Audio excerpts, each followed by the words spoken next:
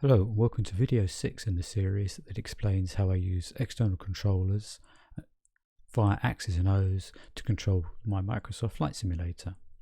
And in today's video we're going to look at the rotary encoders on layer A and have a quick tour around the Axis and Ohs software to see how it works.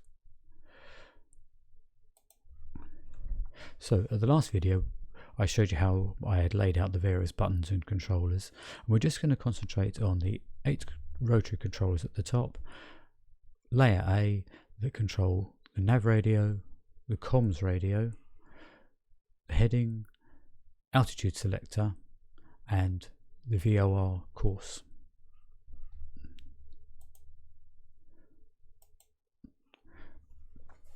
So we're in a Cessna 172, cockpit's all active, and you'll notice I'm working in developer mode. You don't really need to be in developer mode, but it does save me clocking up hours on my profile when I'm not actually flying. So the bottom right hand corner, I'm going to put a live picture of my controller so you can see what I'm actually turning and which buttons I'm pressing. And we'll put Axis and Ohs over here. This is where we're going to do most of our work, assigning the buttons. But I'm going to show you a little bit on the scripting side here. If we go into the scripts editor, there's a number of scripts here that you can write to provide more advanced functions that you can get from the basic setup. But I haven't actually programmed these myself, so I'm not going to show you the code, but you can get that from here, from this website, flightsim.to, and it's this package here that I downloaded. Although it says it's for the TBM 930 and it's for the Stream Deck, it works with other aircraft as well. It works with the 172 quite happily, and provides us quite a few functions that we can use in the Stream Deck and on the X-Touch Mini. You can get it for free, but there's a button there to donate, so I'm suggesting keeping people interested in developing, because it takes a long while to develop this code. So there is a donate button. I'll say no more. Okay, let's start assigning some buttons. So the first thing I want to emulate is this nav button here, which is actually a stack of 2 rotary encoders. This controls the megahertz, this controls the kilohertz, megahertz, kilohertz. This button here will swap between the Nav1 and Nav2 radio, and this one here swaps it between standby and active. So that's what we're going to allocate to the rotary controllers on the left. So if we click here, and although it's called a key down event, it's really just detecting the clicks, so it works with the clicks on the rotary encoder as well. And we are confronted straight away by a huge menu that takes some time to hunt through and find the control you want. There is a filter here that we can apply that can narrow the search down, and we'll be using that quite a bit for this one. But I'll show you another function that might be useful. Back in the scripting, we can ask it to watch the simulator events. I'll turn that off because my yoke is sending a signal, so we'll just ignore that, and let's park this over here out of the way for the moment. What I want to do is to use this controller here and watch the variables change. So if we turn the outer knob that way, you can see it's incrementing. It says the Nav1 radio, the whole is being incremented, and we'll turn it the other way and you see it saying it's being decremented. And if we do the same for the inner one, you'll see that it's the fractional that's being incremented and decremented. So it gives us a clue what we could hunt for back in the filters. So let's get rid of that, and we'll assign a button.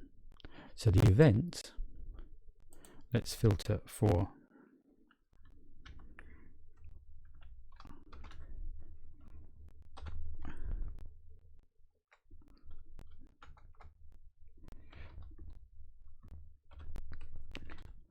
Nav1 radio,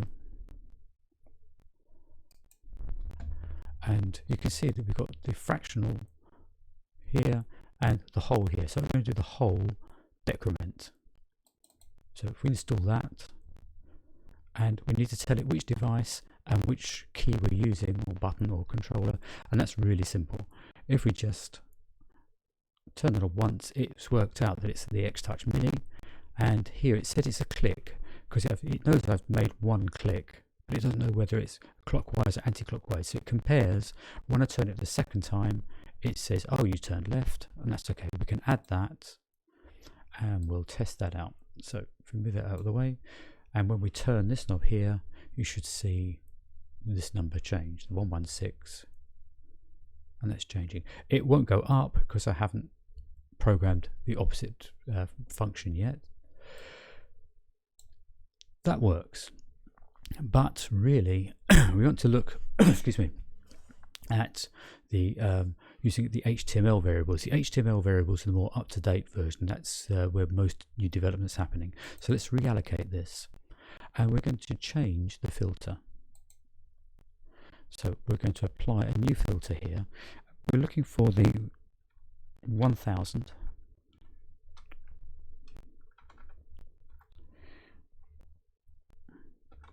and we're looking for the primary fright display, the PFD.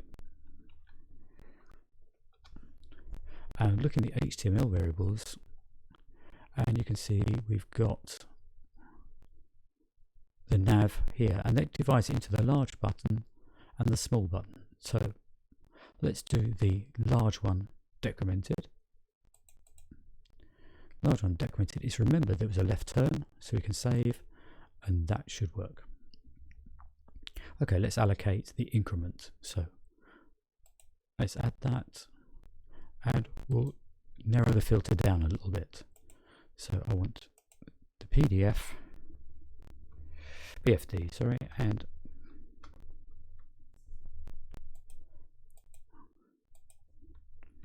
let's narrow it down so it's looking just at the nav.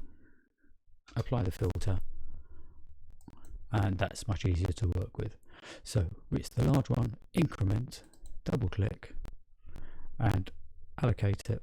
Remember, it's 2 clicks to make it recognize that you've gone clockwise. Add, and we'll just check it out, make sure it's working. So if we move that out of the way, and let's turn the knob. So that's definitely incrementing, and that's definitely decrementing, going down. Okay. So the last thing to add there is the push switch at the end. So if we add that,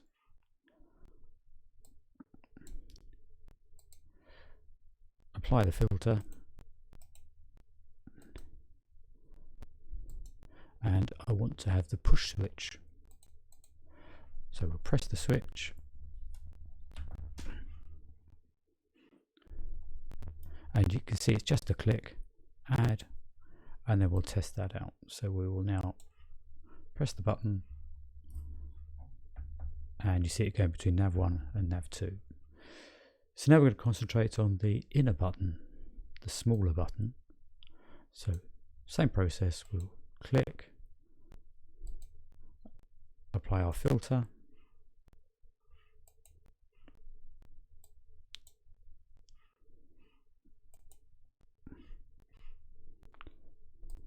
and with the small one, decrement that. So small one, turn it anti-clockwise, add, and that's in. And I think you've got the whole idea of the process now. So pick up the filter, small, increment, add, and then the last one is the push switch for the small one, which will take it between active and standby. So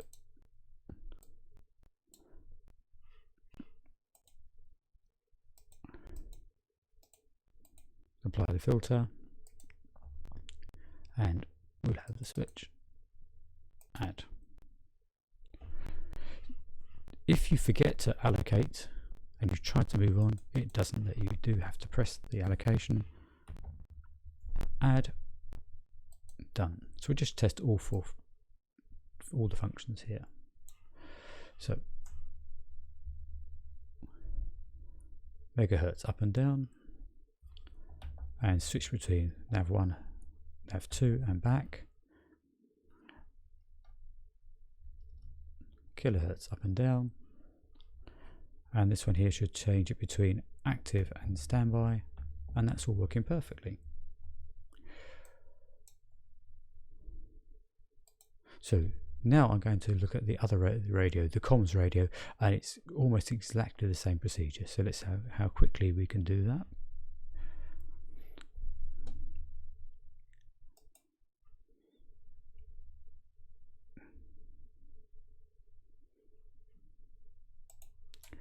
So let's assign the buttons, and we'll edit the filter so it's not the nav we're looking for, it's the com.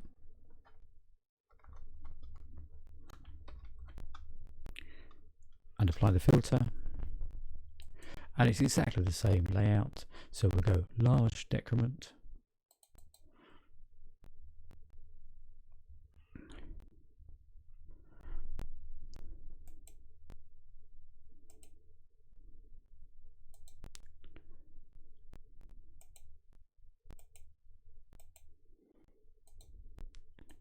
large increment,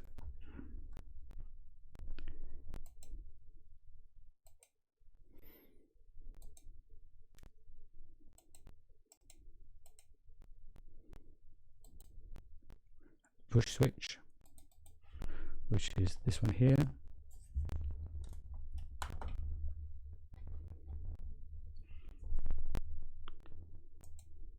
and now work on the small one.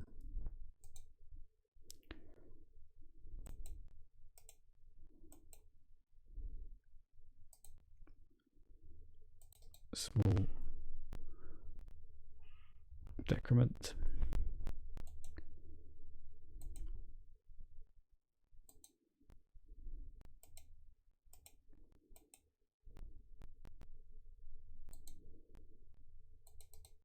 small increment,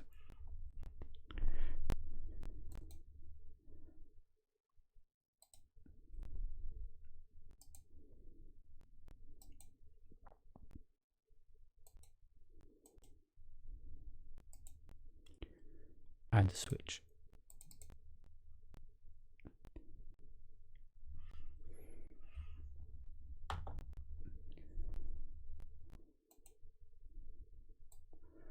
And again, we'll just test them out and make sure that everything's working.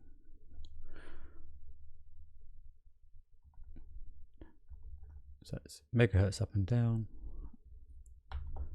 COM1, COM2 switched, kilohertz up and down, and standby to active. Absolutely fine. So that's working really well. So the next thing to look at is the heading. That will be the turning it left, turning it right, and the sync button, so it automatically syncs to your current heading.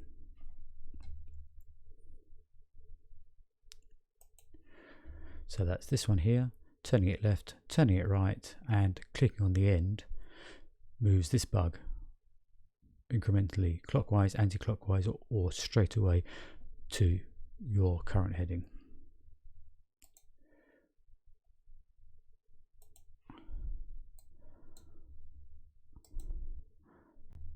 So a new filter for heading,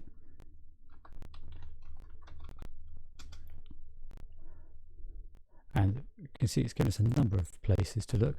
I always try the HTML variables first, but there's nothing there to help us.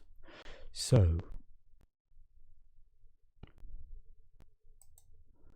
in the autopilot we have got the heading bug, increment, decrement, so we'll apply that.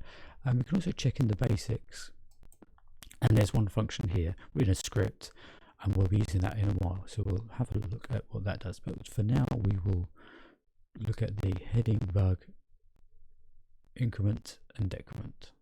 Let's decrement first, and we'll turn the knob anti-clockwise, add that, and we'll just check that it's working.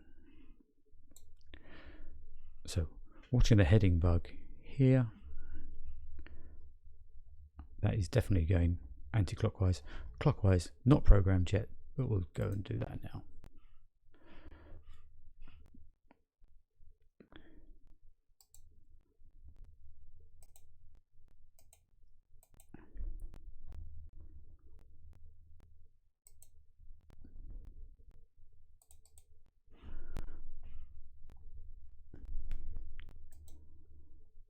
And we'll just test it to make sure it's working in both directions, which it is. So the last one is to program the press button to synchronize it.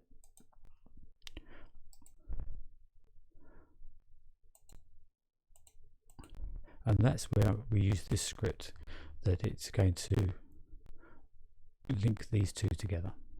So allocate that on the press switch.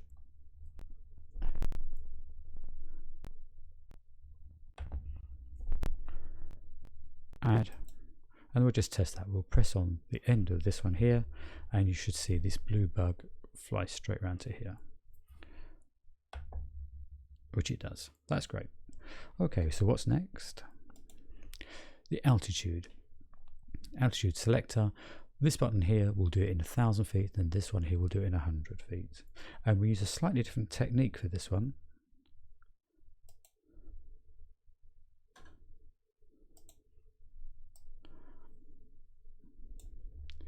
So assigning a new button, and if we type in Alt into our filter, nothing helpful in the HTML, so we're back to here, and we've got altitude, variable, decrement and increment. Let's do the increment one first. We'll start going up first. And this is where the problem lies. At the moment, it's going to just go up in steps of 1 foot. And we really want it to go to 1,000 feet. And we can't apparently just type into it. We need to double click on it. Then we can type in. We want it to go up in the steps of 1,000 feet. Add that to this one here. And now we're going to test it. So we'll keep an eye on this one here, and as we turn that right, it's going up in thousands. So we're on the right lines. So let's allocate the Alt filter, the decrement version, allocate that. And remember, it's 1,000 feet. Add. And test that. And that's going down. So that's working fine. You can work out, I'm pretty sure, what we're going to do next. Let's get the 100 feet working.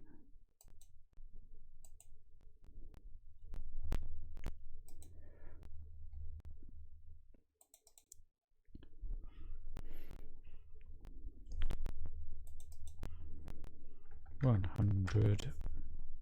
Add that. Quick test. That's going up. That's fine.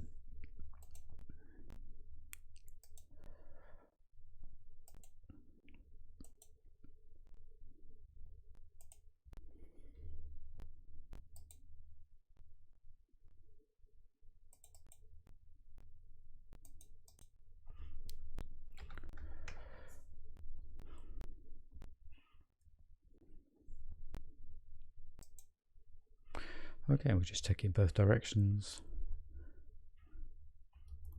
up and down. So we're happy with that. So the last one left to us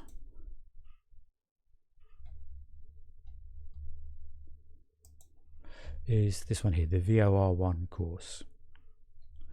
So back into the flight simulator.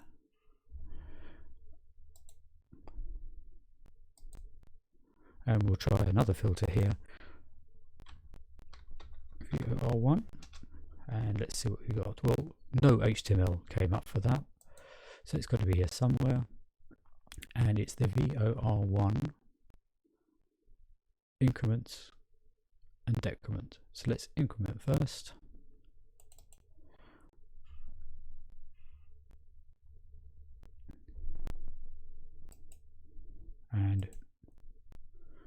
decrement.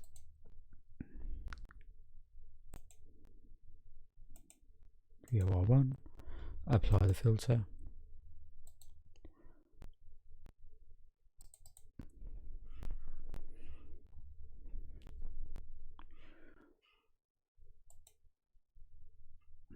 And we'll just check that out. So let's move this out of the way. And we'll look at the green arrow here. And that's working in both directions. So let's just check every function on here. So we'll check the nav radio, both directions, click switch, nav radio kilohertz, active to standby, that's working.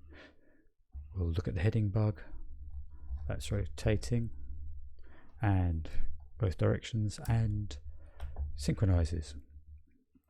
Altitude selector, up 1,000 feet, down 1,000, up 100, down 100, working beautifully. VOR, and of course the comms radio.